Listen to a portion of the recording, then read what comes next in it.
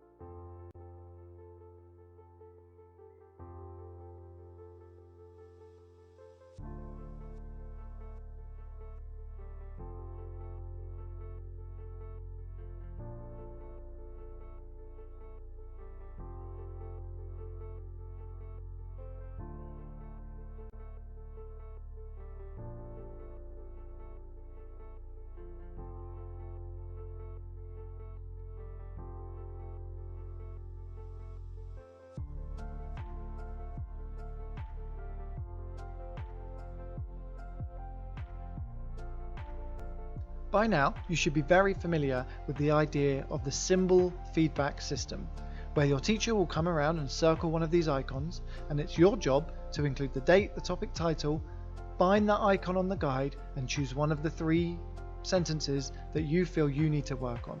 Don't forget, in the how to improve, you need to write what you're going to do about it.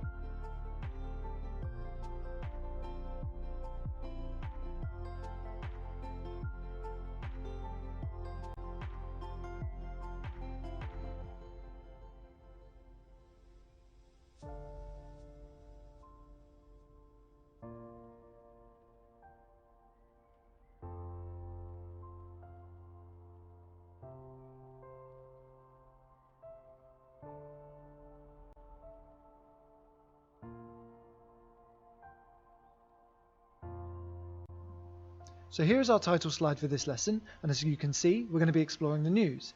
In the bottom left, as always, we have our topic number and lesson number, and it's our first topic, an introduction to the media, and this is lesson number 8. Today we want to learn about the news media, the variety, agenda, construction, and importance of the news. And as always, we have here a basic, moderate, and advanced success criteria. Take a moment just to read through these and make sure your notes are all set up and ready to go for this lesson. Starting with the basics, there are two different types of newspapers in the UK, tabloids and broadsheets. Tabloids are much more gossip style. They are based on entertainment news aimed at the mass audience. That's a lot of different types of people, and they are relatively dumbed down. They're simplistic, straightforward, and aimed at roughly just below GCSE level of intelligence. The broadsheet is a lot more intellectual news aimed at selected niche audiences, those who are into business, those who have a higher academic background. Taking a closer look at tabloid newspapers, we can see how they tend to be much more like magazines. Trashy, sensationalist headlines. That means they are there for attention-grabbing purposes and to make people take notice. They target the majority audience, and as we said, pitched at roughly a secondary school level of understanding. And the focus of the news tends to be on social issues, lifestyle matters, little sound bites and quotes that are oversimplified summaries of what's actually going on. Broadsheets, on the other hand, tend to be much less gossipy, and they are a lot less sensationalist. They avoid puns and silly kind of toilet humour. They're a lot more highbrow, or consider themselves to be much more upper class. The headlines tend to be a lot more direct. The articles are filled with so many more details, and the word to image ratio is a lot higher. They do target the older audience, and like we said before, more academic audiences. The news they focus on tends to be business, politics, and anything that is much more policy driven. Regardless of whether it's a tabloid or a broadsheet, newspapers do have the same conventions. At the top, you tend to have a masthead. A masthead is a fancy way of saying their kind of logo or the name of the newspaper, and it will be stylized in their font and with their own colors to create their kind of brand image. There's always a main headline. This would be, normally it's white writing on a black background or black writing on a white background, and it will be a one sentence, fairly short, snappy, jazzy headline on a tabloid and a bit more direct headline on a broadsheet, but it's the main story that this newspaper is using to sell their paper, and that would be the main headline. And obviously there will be several secondary headlines that you can look at as well. Secondary stories, a front page usually has 3 or 4 different stories on it to entice audiences to see what's in the newspaper later on. There's also this thing called a stand first. Most newspapers have this. Tabloids tend to have a small paragraph. Broadsheets tend to have a lot more. But the stand first is basically the first part of the story. It's the first hook to get you to pick up the newspaper and to buy it. The headline will make you think, wow, what's going on there? And the stand first gives you that first kind of summary of it. And usually at the end of a stand first, it will say continued on page 12 or something like that. And then you often have a byline. The byline is who it's been written by. And that can be important too. Now it's over to you. What we need to do is compare tabloid and broadsheet newspapers.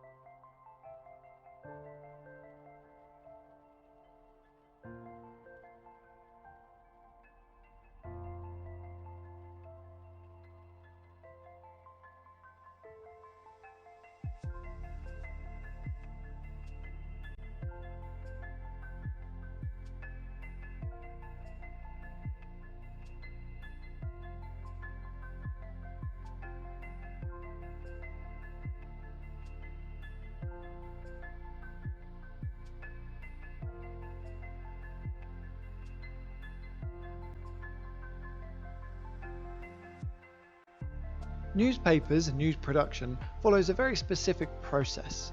What steps do you think journalists and other news creators need to take to make sure a news story is successful? The first step is to research the story, to find out what's going on, where it's happening, when it's happening, and to make sure we have all the facts and information we need. Step 2 is to plan the story, to consider what kind of stance we're going to take and how we want to make this story come across. Step 3 is to actually produce the article, to write it, take the pictures. And step 4 is to review and rewrite it. So looking at depth at step 1, the research and prepare phase, we need to decide on the story we're going to report on, consider if there's an issue or any conflict within the story, figure out who we're going to aim the story at, figure out any questions that need answering and see if we can find the answers, figure out if there's any time constraints to consider. Obviously news is only relevant if it's happening now. Are there any key people involved and can we get access to them? And are there any other resources available, photos or evidence or data for this story? Our second step is to plan, and that means write out our scripts for our interviews. Consider the narrative. Now, a news story is basically just facts. However, we can tell these facts in a way that creates a story which is a lot more exciting or interesting to the viewer or to the audience. We also need to decide on the slant we're going to take. Is there a particular side of the fence that we want to come down on that supports our own agenda? And then we can start drafting our headlines and capturing the words that we want to use. Finally, we're ready for step 3, where we can produce the article. We can conduct our interviews, write up our first drafts, and choose the imagery we want. If we have a story about a politician doing something naughty, then we obviously want to find a picture of them that shows them looking a bit sheepish and not one that makes them look proud and heroic. And after all that, we can review it, rewrite anything that needs rewriting, and then we can start distributing. This process of how news media is created has been going on for a very long time, and it makes sense. Having this direct structure of how to create a news article has been very successful. However, in modern times, digital media technology has changed this. Access to personal computers, smartphones, the internet has actually meant this production process has changed. The speed, the immediacy of social networks means that we don't have time to organise these news stories. We can just put them out there straight away. This, in turn, can affect the quality. User-generated content, that's anything made by the audience rather than a professional, that means anyone can be a journalist, and the news doesn't actually have to have these high production values. The content as well. News is now 24 hours a day through digital channels on television, instant access on your phone through apps. So we really need to make sure that there is a lot of news content. And this means that some stories that in the past may not have been newsworthy are now in the forefront of the news we're reading. And all of this can affect how trustworthy the news is. The news used to be factual and fully trusted. And now, because anybody can make it and put it on the internet, can we even trust it? Can we tell the truth from the fake? Let's say you own a newspaper and you have space left for one more news story. These are the news stories available to you. Which are you going to pick? 3 months ago, a 90-year-old grandmother was mugged. A man goes unchallenged in a hot dog eating competition. A man dies shortly after his 89th birthday. Headless body in topless bar. School holidays to change dates in Australia. Which story would you pick? Why? But why wouldn't you pick the others? Some news stories can be more valuable to a news producer than others. We need to think about what makes a news story valuable. So why did you pick the one you chose? Why didn't you pick the others? What made your decision, the story you chose, valuable to you?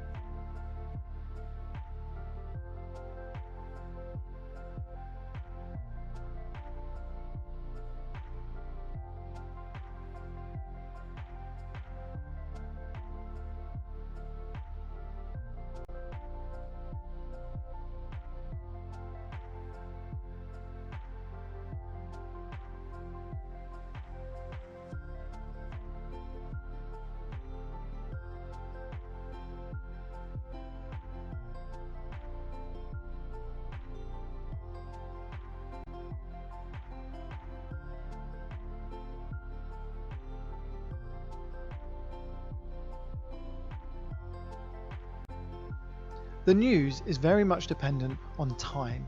A story that is happening now is much more relevant than a story that happened in the past. Conflict is also another very important aspect of a news story.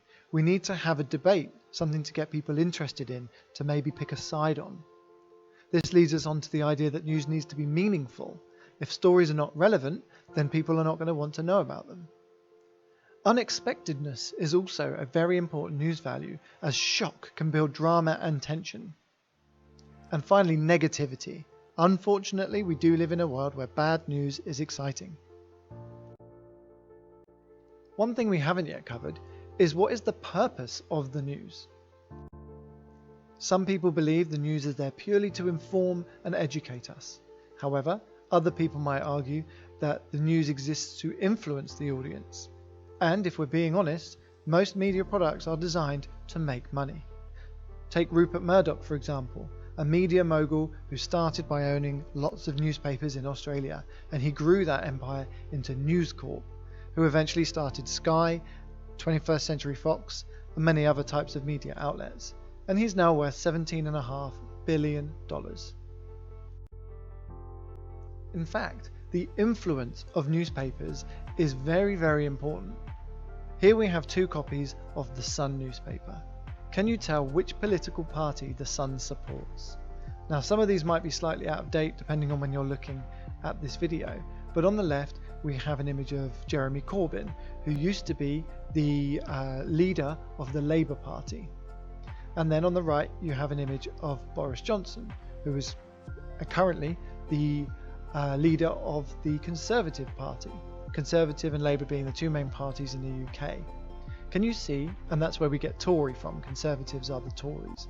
So could you tell, from looking at the imagery and the wording and the colours used in these, which party the Sun supports?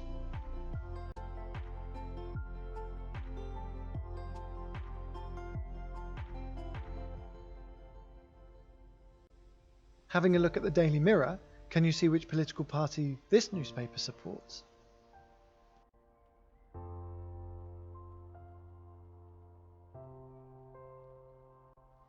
The graphic you can see here has come up in a previous lesson, but I think it's very important to have another look at it now in the context of newspapers. Here we can see the political endorsement of newspapers during general elections, from 1992 all the way up to the last election in 2019. You can see that the Sun in 1992 was supporting Conservatives, but then switched its allegiance to Labour Party in 97, 2001 and 2005, to then switch back to Conservatives since 2010. The Express was a Conservative backing newspaper until 2001, and again in 2015 where they decided to support UKIP. The Daily Mail has always been a Conservative backing newspaper, with the Mirror always supporting Labour. Now what you'll notice at the very bottom of this graphic is the political party who won the general election in that year. And you'll see that the party which won the general election was the party that had the most support from the most newspapers. Not only that, you can see that whoever the Sun supported won the election. Now, what does that tell you about media influence? As always, it's very important to reference theory when discussing media topics in any real detail. Today we're going to look at Seaton and Curran, and they are well known for their book Power Without Responsibility. Now, again, what I've done here is boiled down some of their thoughts into 2 basic bullet points. So again, please do go and research these guys online and read around the subject. Go and find their book in the library and have a read through it. But generally their thoughts are that there is a long history of media moguls owning newspapers, and basically all media, which means there is a bias towards their own agenda. These are people who are trying to make money, so they are always very pro-capitalist. So will always throw their support behind a political party that they believe will benefit them. Also, they suggest that there is a very narrow range of political opinions, especially in the news, due to media concentration. The fact that these newspapers are bought up by larger corporations such as Media Mogul and his empire of News Corp, you can see that there is a limited range of political opinion. The argument that in this country we only have 2 main parties and there's no need to vote for anyone else, well, actually, if you look back at that graphic previously, it was a sea of red and blue. Hopefully you've now got an understanding, or at least a general sense, of what the news is, how it works, especially with newspapers. So take a few moments now just to go through the activities on this slide and assess your own learning. Can you summarize the lesson? Rate yourself out of 10? Answer the key questions. And what question would give us the answer news values? Just checking back in with our title slide, and you'll be able to go through the learning objective and the success criteria and see how confidently you feel you completed them.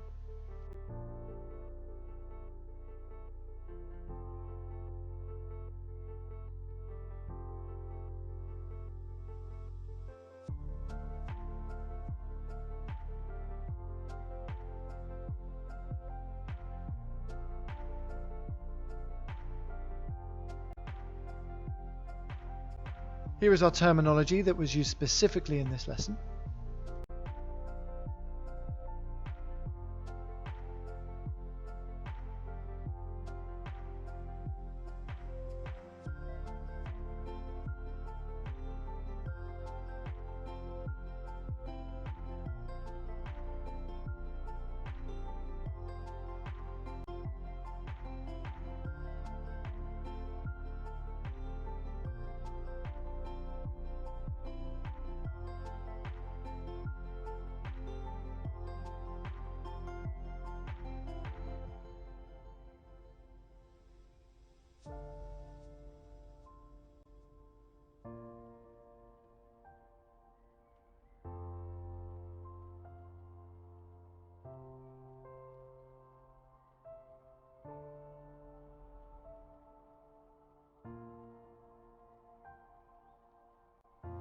If you've managed to get through all of that, here's an extension activity for you. Why not investigate your own news story and write your own article for a school newspaper?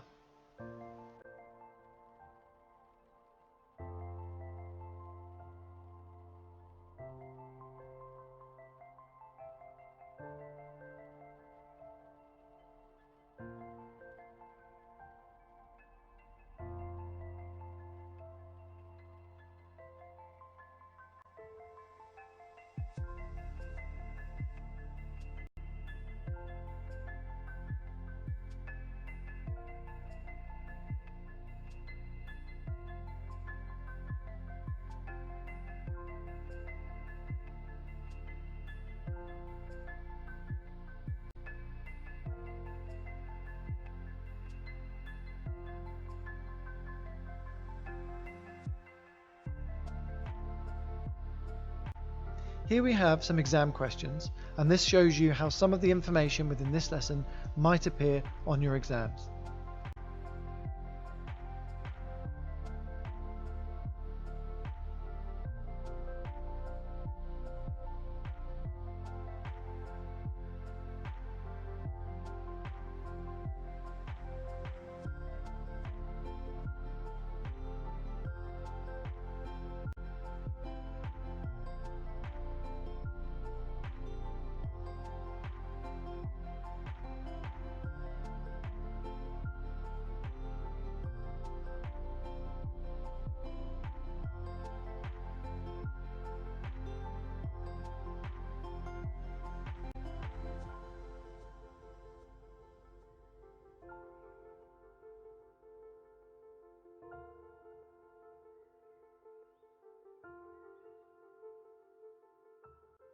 Well done for making it all the way through this lesson. I can't wait to talk to you again in lesson number 9.